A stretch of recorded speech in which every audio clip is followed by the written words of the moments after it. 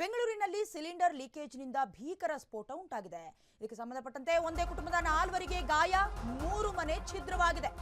ನಗರದ ಡಿಜೆ ಹಳ್ಳಿಯ ಆನಂದ್ ಥಿಯೇಟರ್ ಬಳಿ ನಿನ್ನೆ ಈ ಘಟನೆ ನಡೆದಿರುವಂತದ್ದು. ರೆಗ್ಯುಲೇಟರ್ ಅನ್ನ ಆನ್ ಮಾಡದೆ ಇದ್ದಿದ್ರಿಂದ ಗ್ಯಾಸ್ ಲೀಕೇಜ್ ಆಗಿ ದುರಂತ ಸಂಭವಿಸಿದೆ. ಸ್ಥಳಕ್ಕೆ ಡಿಜೆ ಹಳ್ಳಿ ಪೊಲೀಸರು ಭೇಟಿಯನ್ನ ನೀಡಿ ಪರಿಶೀಲನೆಯನ್ನ ನಡೆಸಿದ್ದಾರೆ. ಜೊತೆಗೆ ಕೇಸನ್ನ ಕೂಡ ದಾಖಲು ಮಾಡಿಕೊಂಡಿದ್ದಾರೆ. ವಿಕ್ಟೋರಿಯಾ ಆಸ್ಪತ್ರೆಗೆ ದಾಖಲಿಸಿ ಗಾಯಾಳುಗಳಿಗೆ ಚಿಕಿತ್ಸೆ ಕೂಡ ನೀಡಲಾಗ್ತಾ ಇದೆ.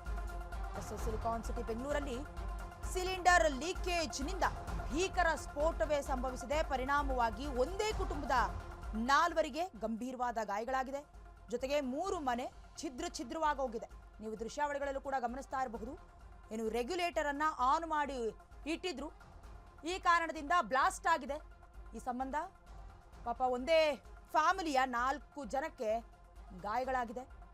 ಹಾಗೆ 3 ಮನೆಯೂ ಸಂಪೂರ್ಣವಾಗಿ ಛಿದ್ರವಾಗಿದೆ.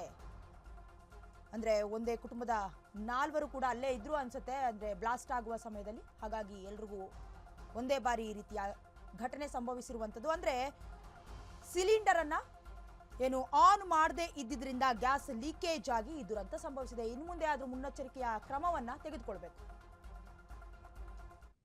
लगा को बाहर गया था, मैं लगा को बात नहीं थी, नाश्ता करने के लिए को बाहर जाना था, गए हमें बाहर बाद में फिर अंदर आगे के घर को आगे के तो गैस लीकेज हो था. क्या गैस लीकेज हो रहा था तो डाको रेगुलेटर पूरा काट डाला.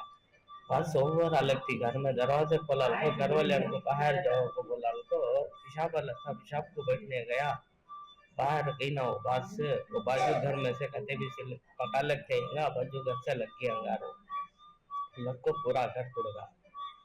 हाथ पाँव सब जल गए. मेरे बच्चे के जो के सबके हाथ पाँव सब जल गए. पूरा घर टूटेगा.